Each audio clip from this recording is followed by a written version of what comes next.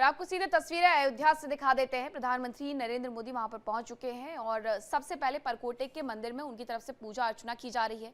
इसके बाद अभिजीत मुहूर्त में वो ध्वज लहराता हुआ नजर आएगा। लेकिन उसके पहले जो तस्वीरें राम मंदिर से सामने आ रही हैं, परकोटे में खुद प्रधानमंत्री नरेंद्र मोदी पूजा अर्चना करते हुए नजर आ रहे हैं। सप्त मंदिर में ये पूजा अर्चना उनकी तरफ से की जा रही है। हालांकि इसके पहले ही वो वाल्मीकि एयरपोर्ट पर पहुंचे और वहां से होते हुए महाविद्यालय पहुंचते हैं, जहां से पूरा ये कार्यक्रम शुरू होता है। गाड़ी के माध्यम से रोड शो करते हुए राम मंदिर में पहुंचे। राम मंदिर में पहुंच करके सबसे पहले परकोटे के मंदिर में उनकी तरफ से पूजा अर्चना का कार्यक्रम है और इसके बाद अभिजीत मुहूर्त में ध्वज पताका लहराई जाएगी। लेकिन जो तस्वीरें पहले सामने आ रही हैं वो परकोटे में पूजा अर्चना की सामने आ रही हैं। वहीं बात अगर आज के कार्यक्रम की जाए तो आज का कार्यक्रम बेहद खास रहने वाला है, क्योंकि राम मंदिर पर ध्वज फहराने वाला है।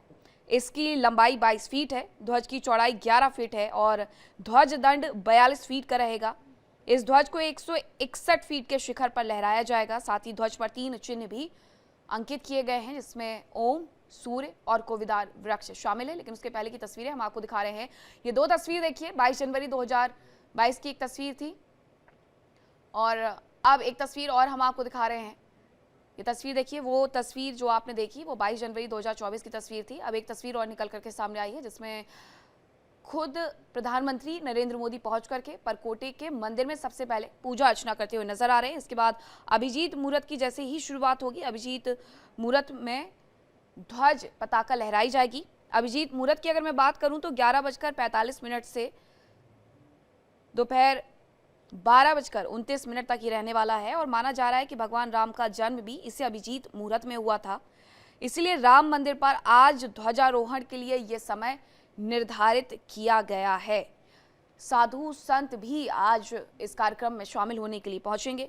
अयोध्या के साधु संत ये भी कहते हैं कि त्रेता युग में भगवान राम और मां जानकी का जो विवाह है वो मार्गशीर्ष महीने की शुक्ल पक्ष की पंचमी को हुआ था और आज वही पंचमी तिथि है। इसलिए भी ये दिन बेहद महत्वपूर्ण हो जाता है। माना यह जाता है कि ध्वज पताका अगर लहरा दी जाए, यानी कि मंदिर का जो निर्माण है वो पूर्ण हो गया है। इसलिए आज ये वृहद कार्यक्रम अयोध्या में देखने को मिलेगा। धर्म ध्वजा की अगर मैं बात करूं तो भगवा रंग की होगी, केसरिया रंग भी आप इसे कह सकते हैं। और केसरिया रंग त्याग, बलिदान और भक्ति को दर्शाता है। और ये भी माना जाता है कि प्रभु श्री राम के राम राज्य में भी यही रंग की ध्वजा पताका फहराया करती थी। हमारे साथ शैलेशानंद गिरी जी महाराज जुड़ गए हैं, जूना अखाड़े से हैं वो। शैलेशानंद गिरी जी महाराज, सबसे पहले तो ये समझना चाहेंगे कि आज के दिन का ये महत्व किस तरीके से बढ़ जाता है। देखिएगा, इसको हम मुहूर्तों के आधार पर देखते हैं। सबसे पहले तो हम देखते हैं अभिजीत मुहूर्त। अभिजीत मुहूर्त यानी कि बिल्कुल एग्जैक्ट मिड टाइम, मध्य पूरे दिन का। तो 24 मिनट सूर्योदय की तरफ और 24 मिनट सूर्यास्त की तरफ, ये 48 मिनट का अभिजीत मुहूर्त होता है। इस दौरान किए जाने वाला प्रत्येक कर्म सफल होता है। यही हमने देखा, श्री राम का जन्म भी, प्रभु जी का जन्म भी इसी मुहूर्त के अंदर हुआ था। जितने बड़े बड़े अनुष्ठान होते हैं उसके अंदर जो कुष्मांडा होती है या उच्चतम क्रियाएं होती है वो अभिजीत मुहूर्त के अंदर ही होती है। अभिजीत का मतलब होता है विजय दिलाने वाला समय। तो ये विजयी समय है। तो निश्चय ही भारतीय वैदिक वाङ्मय की सनातन पताका की स्थापना इस मुहूर्त में होना, यह भारतीय सनातन की विजय का, शौर्य का, यश का प्रतीक है। तो आज ये होने वाला है। दूसरा सबसे सुगत संयोग जो है वो राम जन्मभूमि ट्रस्ट ने बड़े अच्छे से, बड़े वैदिक पंडितों से कंसल्ट करके निकाला है, वो है विवाह पंचमी। आज ही के दिन प्रभु श्री राम और सीता माता का विवाह हुआ था। और इस दौरान एक और संकेत निकल करके आता है कि प्रकृति और पुरुष के सायुज्यता के साथ में इस अंतरिक्ष का, इस ब्रह्मांड का निर्माण हुआ है, जो रुद्र यामल तंत्र कहता है। यानी रुद्र और शक्ति का जो मिलन का समय होता है वो आज का दिन नियत करना, यह अपने आप में बेहद सुखद संयोग है और बेहद सुनियोजित शुभ मुहूर्त है। रही बात ध्वजा की, तो देखिएगा ध्वजा का प्रमुख तात्पर्य होता है जहां का जो अधिष्ठाता होता है उसका प्रतीक उसके अंदर परिलक्षित होता है। जैसे किसी मंदिर का देवता वहां पर है। उदाहरण के तौर पर प्रभु श्री राम का जो मंदिर है, तो राम राज्य का प्रतीक जो ध्वज है, जिसके ऊपर ओम है, सूर्य है और गोविंदार वृक्ष है, ये हमारी आध्यात्मिकता के साथ में हमारे शौर्य को, सूर्य शौर्य का प्रतीक है, प्राण तत्व का प्रतीक है, हृदय का कारक है, इसका भी इसके अंदर प्रतिबिंबन है। और साथ में ही गोविंदार वृक्ष, आपको गोविंदार वृक्ष के बारे में बताएं, इसके बारे में स्पष्ट रूप से कहा गया कि ये पृथ्वी का, इस प्रकृति का सबसे पहला हाइब्रिड पौधा है, जो कि पारिजात के अंदर मंदार का सार डाल करके यानी ग्राफ्टिंग करके तैयार किया था कश्यप ऋषि ने, और इसको गंगा के किनारे लगाने का एक परंपरा प्रारंभ हो गई। तो सप्त ऋषियों की परंपराओं के अंदर कश्यप के द्वारा स्थापित गोविंदार वृक्ष जो है, वो राम राज्य का राष्ट्रीय वृक्ष रहा है। तो आज ये जो पताका है, अपने आप में बहुत सारी विषय वस्तु को बहुत सारे संकेत दे रही है कि अभी युग का बोध हो चुका है, ये युग का परिवर्तन का समय है। जी, आपने कोविदार वृक्ष के बारे में भी बता दिया। अब जरा मैं ये भी समझना चाहूंगी कि आप मेरे दर्शकों को समझाएं कि आज जब मंदिर में ध्वज पताका फहराई जा रही है तो उसके मायने क्या हो जाते हैं। कुछ लोग ये कहते हैं कि मंदिर की जब कार्य की शुरुआत होती है तब ध्वज पताका फहराई जाती है, कुछ का मानना है कि जब मंदिर का कार्य पूर्ण हो जाता है तब ध्वज पताका फहराई जाती है।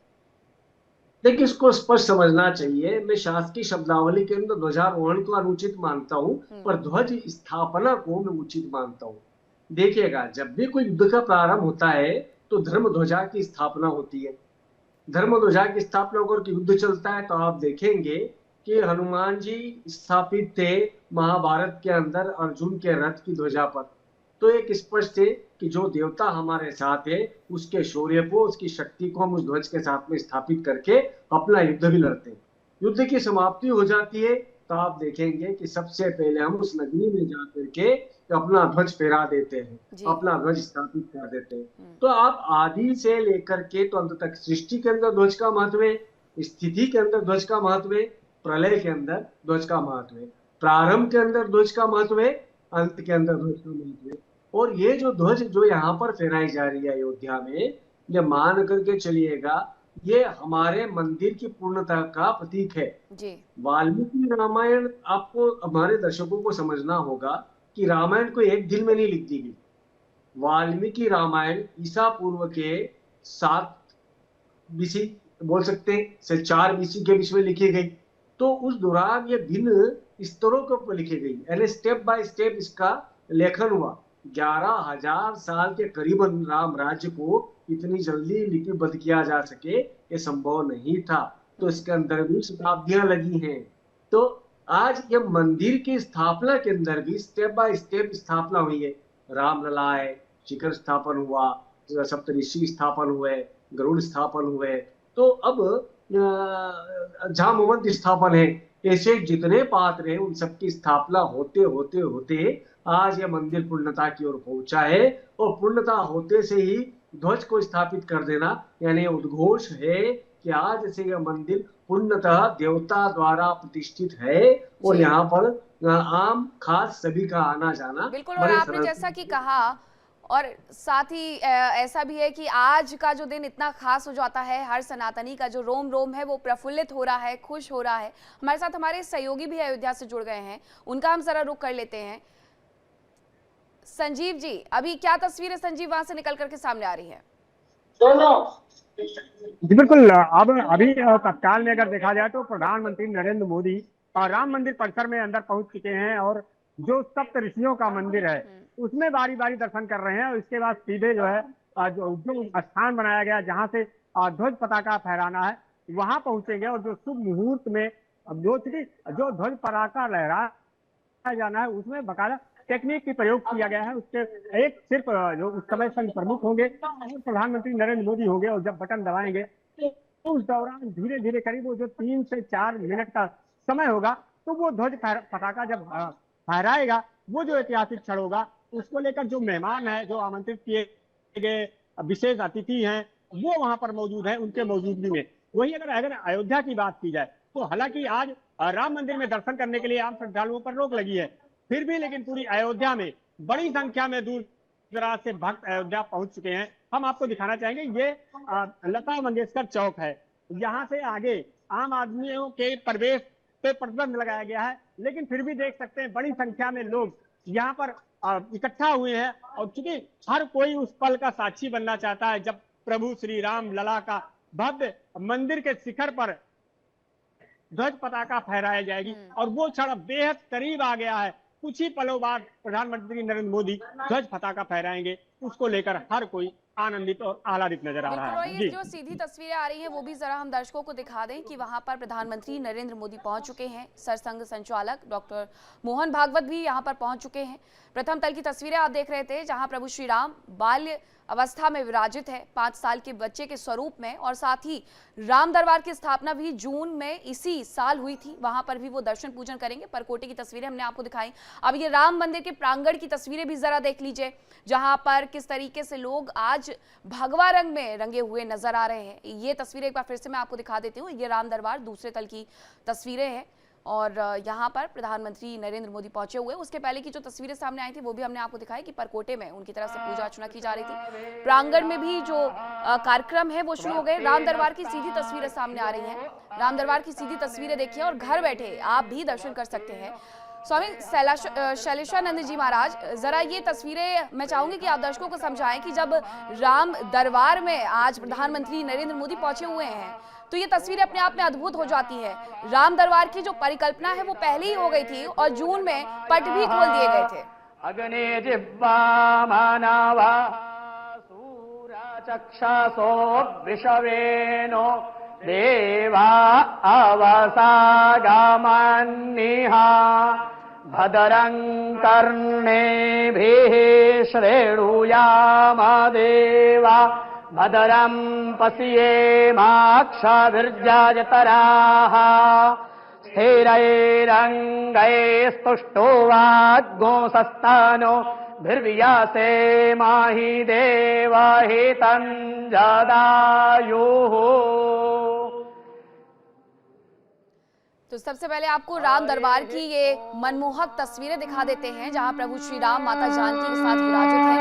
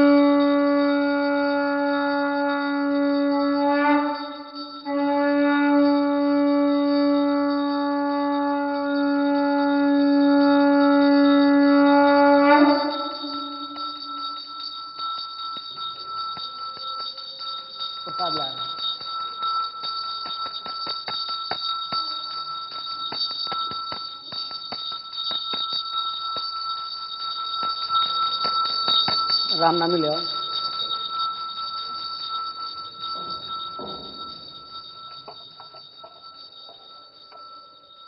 तो राम मंदिर के दूसरे तल की तस्वीरें आप देख रहे हैं। राम दरबार की स्थापना यहाँ जून के महीने में हुई थी, और प्रभु श्री राम माता जानकी अपने दोनों भाइयों के साथ यहाँ पर विराजित है, और उनके साथ भगवान हनुमान भी हैं। प्रधानमंत्री नरेंद्र मोदी की तरफ से यहाँ पर पूजा अर्चना की गई है, आरती की गई है, और अब यहाँ पर चरणामृत का पान करते हुए वो नजर आ रहे हैं। उनके साथ ही मौजूद हैं सरसंघ संचालक डॉक्टर मोहन भागवत। उन्होंने भी पूजा अर्चना की, आरती की, और अब यहाँ प्रसाद लेते हुए वो नजर आ रहे हैं। ये तस्वीरें इस लिहाज से बेहद खास हो जाती हैं कि 500 साल पहले जो एक परिकल्पना थी, 500 साल पहले जो हुआ और एक परिकल्पना जो पूरी तरीके से प्रधानमंत्री नरेंद्र मोदी की थी उसे साकार करके दिखाया गया है। और आज हर सनातनी प्रफुल्लित हो रहा है, खुश हो रहा है ये तस्वीरें देख करके। प्रधानमंत्री नरेंद्र मोदी के बारे में बताया जाता है कि जब वो वहां पर पहुंचे राम सेवकों के साथ, तो उनकी तरफ से कहा गया था अयोध्या में अब तभी वापस लौटूंगा जब यहाँ पर प्रभु श्री राम का मंदिर बन जाएगा। और ऐसा ही हुआ। उसके ठीक 30 साल बाद 2024 में प्रभु श्री राम मंदिर की जब उद्घाटन होता है तो उस समारोह में वो सीधे पहुंचते हैं। और उसके पहले राम सेवकों के साथ, कार सेवकों के साथ वो वहां पर आया करते थे। ये भव्य मंदिर की तस्वीरें, भव्य प्रांगण की तस्वीरें, ये अंदर की तस्वीरें आप देखिए जरा।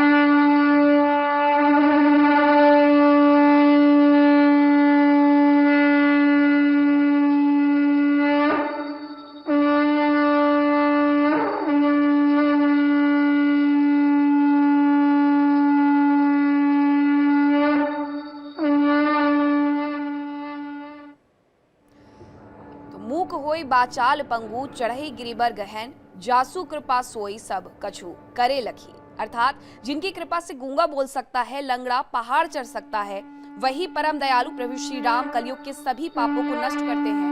और आज ये जो तस्वीरें हैं वो ये बताने के लिए काफी है कि प्रभु श्री राम ने जब चाहा वहां पर मंदिर बन गया, वहां पर अब धर्म ध्वजा की स्थापना हो रही है। ये तस्वीरें इतिहास में अंकित होने वाली तस्वीरें हैं। प्रधानमंत्री नरेंद्र मोदी के साथ ही उत्तर प्रदेश के मुखिया योगी आदित्यनाथ भी मौजूद हैं, डॉक्टर मोहन भागवत भी उनके साथ मौजूद हैं। एक बड़ा युद्ध लड़ा गया है मंदिर बनाने के लिए, किस तरीके से कार सेवकों ने अपना बलिदान दिया। और इसके साथ ही कोर्ट के माध्यम से जब ये फैसला सुनाया गया तो हर मन प्रफुल्लित था। 2020 में ही पूजा अर्चना की गई और साथ ही यहाँ पर नींव रख दी गई। मंदिर निर्माण चलता रहा। 2024 में 22 जनवरी को पहली तस्वीर सामने आती है प्रभु श्री राम की।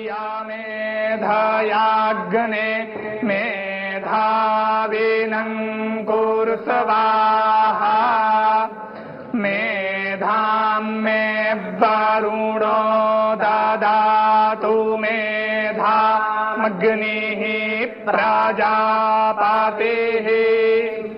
मेधामिन्द्रश्च वायुश्च मेधां धाता ददातु मे स्वाहा।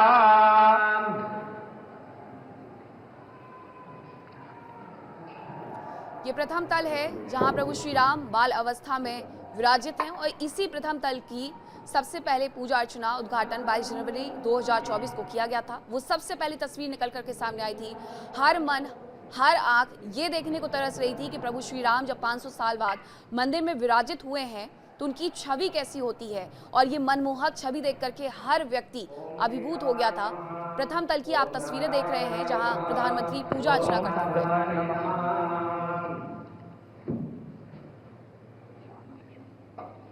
हस्तो प्रक्षाल्य ऋषिकेशाय नमः। ओम अपवित्रः पवित्रो वा सर्वावस्थांगतोऽपि वा यस्मरेत् पुण्डरीकाक्षं वायाभ्यन्तरः शुचिः पुण्डरीकाक्षः पुनातु पुण्डरीकाक्षः पुनातु पुण्डरीकाक्षः पुनातु। स्वस्ति तिलकम्। ओम स्वस्ति न इंद्रो वृद्धशरावाः स्वस्ति नः पूषा विश्ववेदाः स्वस्ति नस्तार्क्ष्यो अरिष्टनेमिः स्वस्ति नो बृहस्पतिर्दधातु।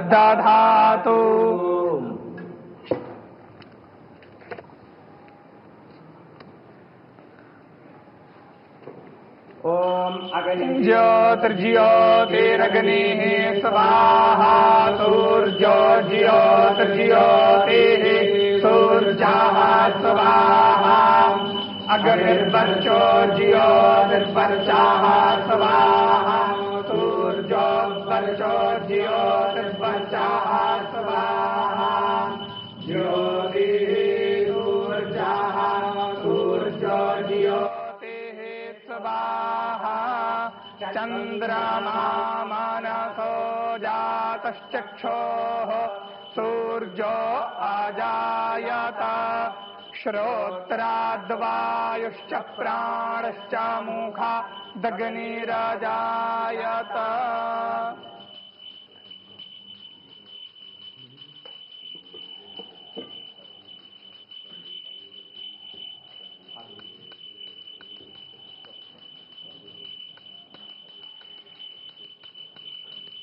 ओम नमो भगवते उत्तम श्लोकाय नम आर्यलक्षणशील व्रताय नम उपशिक्षितात्मन उपासित लोकाय नमः साधुवाद निगषणाय नमो ब्रह्मण्य देवाय महापुरुषाय महाराजाय नमः। ओम कृपारत्नाकराय भगवते श्रीरामचंद्राय नमः। चरणकमलेषु मन्त्रपुष्पाञ्जलिं समर्पयामि नमस्करोमि।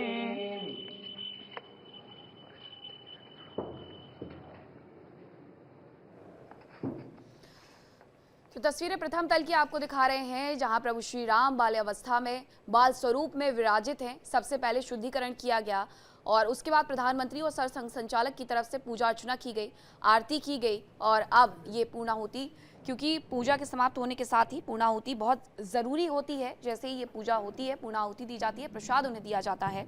कठिन काल मल कोस धर्म न ज्ञान न जोग जब परिहरि सकल भरोस राम ही भजहि ते चतुर नर। ये चौपाई ये कहती है कि कलयुग के कठिन समय में धर्म ज्ञान योग और जप की कमी का वर्णन है। इसमें कहा गया है कि वे ही मनुष्य चतुर हैं जो सभी भरोसों को त्याग कर प्रभु श्री राम के चरणों में खुद को अर्पित कर देते हैं। और आज यही छवि, यही तस्वीर अयोध्या प्रभु श्री राम की नगरी से देखने को मिल रही है। ये प्रांगण की ये तस्वीर आपको 22 जनवरी 2024 की याद दिला देगी, जब उस वक्त भी ये प्रांगण इसी तरीके से पूरा भरा हुआ था। हर कोई बस प्रभु श्री राम की एक छवि के लिए ललायित हो रहे थे और प्रभु श्री राम की जब छवि देखी तो हर व्यक्ति पूरी तरीके से उनमें समर्पित नजर आ रहा था। और आज भी यही तस्वीर देखने को मिल रही है। अब इस मंदिर की स्थापना, मंदिर में प्रभु श्री राम की स्थापना, राम दरबार की स्थापना और इसके साथ ही आज ध्वज पताका की जो स्थापना है, इसके साथ ही ये मंदिर पूर्ण होता है। हमारे साथ कन्हैया मित्तल जुड़ गए हैं। कन्हैया, ये जिस तरीके से तस्वीरें आज सामने आ रही हैं, आपको क्या याद आता है और आप इसे किस तरीके से अपने गायन में वर्णित करेंगे? तो कन्हैया से एक बार फिर से हम जुड़ने की कोशिश करेंगे। हमारे साथ रामगिरी जी महाराज महामंडलेश्वर आवाहन अखाड़े से जुड़े हुए हैं और स्वामी शैलेश्वरानंद गिरी जी महाराज भी जुड़े हुए हैं। रामगिरी जी महाराज, आज की जो ये तस्वीरें हैं, मुझे लगता है आज हर व्यक्ति वो भूल गया कि कार सेवकों ने किस तरीके से आगे बढ़ करके एक एक पत्थर जुटा करके नींव रखने की कोशिश की थी। लेकिन आज जब ये मंदिर का कार्य पूरा हो गया है तो हर व्यक्ति पूरे मन से प्रफुल्लित है।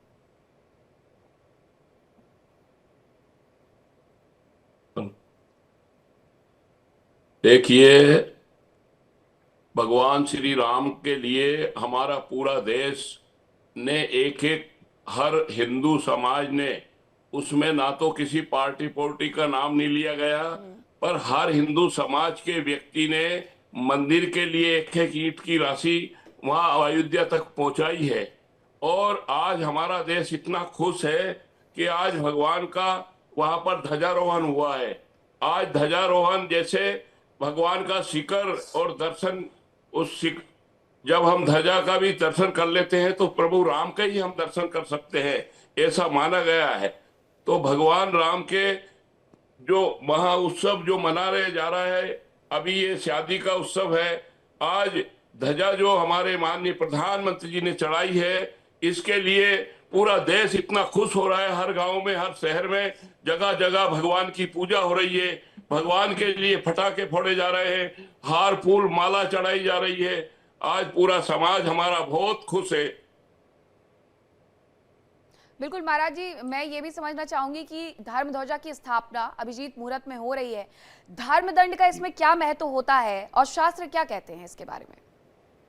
देखिए, शास्त्र भी यही कहता है कि अभिजीत मुहूर्त में जो भी कार्य होता है वो सदा हमारे लिए बहुत सराहनीय होता है। आप अभिजीत मुहूर्त में जो भी कार्य करते हैं, तो आज भगवान श्री राम के मंदिर पर और हर मंदिर पर ध्वजाएं फहराई जाती है। हमारे शास्त्र में, नियम में हमारे ये है कि ध्वजा हर मंदिर पर चढ़ाई जाती है, भले ही भगवान छोटे हो जी। या भगवान बड़े हो, हम ध्वजा को ही प्रणाम करते हैं। हमारा शास्त्र और हमारा नियम कहता है कि जहां भी ध्वजा लगी हुई हमारे भगवान है, वहां पर वो भगवान दिखे या नहीं दिखे। बिल्कुल, धर्म ध्वजा के साथ साथ ही ध्वज दंड की भी उतनी ही महत्वता होती है। स्वामी शैलेशानंद जी, बराबर। आप शुरुआत में जिक्र कर रहे थे कि ओम, सूर्य और कोविदार वृक्ष को इस पर अंकित किया गया है धर्म ध्वजा पर। इसके क्या मायने होते हैं और क्या ये जरूरी है कि किसी धर्म ध्वजा पर कोई निशान, कोई चिन्ह अंकित किया जाए? हाँ, बिल्कुल। देखिएगा, धर्म ध्वजा अपने आप में प्रतिबिंबन है वहां पर स्थापित विभूति का। जी। जैसे कोई देवी या देवता का जो मंदिर रहेगा उसमें देवी या देवता का चिन्ह उस ध्वजा के ऊपर रहता है। दुर्गा का मंदिर रहेगा तो आप देखेंगे उनके ध्वजा के ऊपर त्रिशूल अंकित रहता है। शिव का मंदिर है तो उनके ध्वज के ऊपर नंदी अंकित रहता है। विष्णु का यदि मंदिर है तो उस पर सुदर्शन अंकित रहता है। यदि काली का मंदिर है तो काली ध्वजा रहेगी, विष्णु की रहेगी तो पीली रहेगी। इस प्रकार से हर राष्ट्र का अपना भी एक चिन्ह है। तो आप देखेंगे पूरे विश्व के जितने राष्ट्र हैं उन सबकी ध्वजा का रंग, उसका पैटर्न, उसकी डिजाइन, उसके ऊपर उसके स्वयं का प्रतिबिंबन है जो कि बताता है कि ये कौन सा देश है। एक और चीज लिखी है नारद पुराण के अंदर, हमारे दर्शकों को समझना सही है कि देखिएगा जो ध्वज है ना उसकी छाया जहां तक गिरती है वहां पर कलयुग का प्रभाव नहीं होता है। इसलिए ध्वज को हमारे देवता की स्थापना से भी ऊपर शिखर होता है, गुंबद होता है, उससे भी ऊपर, उससे भी ऊंचाई के ऊपर हम ध्वज को स्थापित करते हैं ताकि हम ध्वज के अधीन रह करके उसकी छांव के अंदर हम कलयुग के प्रभाव से भी मुक्त रह सके। और धर्म सिंधु जो ग्रंथ है उसके अंदर तो लिखा है कि जहां पर ध्वज नहीं है जी। वहां पर ये मान के चले कि असुरों का राज्य हो जाता है। तो असुरों के राज्य से मुक्ति यानी नकारात्मक नेगेटिव एनर्जी से मुक्ति का क्षेत्र जो रहता है वो ध्वज जहां पर स्थापित है वो रहता है। मुझे याद है आप ही के चैनल पे बड़ा विचित्र संयोग है। आप ही के चैनल पर जिस समय रामलला का प्राण प्रतिष्ठा हो रही थी तो मैं वहां पर दर्शक दीर्घा में बैठ करके अपने स्वयं के मोबाइल से मैं लाइव हुआ था आपके चैनल के ऊपर। जी। और वहां पर मुझे मैथिली चरण गुप्ता जी की एक पंक्ति मैंने पढ़ी थी, आज भी मैं वो पढ़ना चाहूंगा बिल्कुल। क्योंकि आज माहौल के अंदर वही दिव्यता है। उसके अंदर उस समय पर मैंने कहा था कि यूं तो हर दिन मनती है राखी होली जी। और हर रात मनती है दिवाली, लेकिन क्या हर रोज छिटकती, जैसी आज छिटकती पूरब में लाली। तो आज बड़ी वाकई खूबसूरत में पंक्तियां आपने सुनाई हैं। वक्त की कमी है, मैं आप दोनों को यहाँ पर रोक रही हूँ। बहुत धन्यवाद हमारे साथ जुड़ने के लिए। तस्वीरें हम लगातार दिखाते रहेंगे।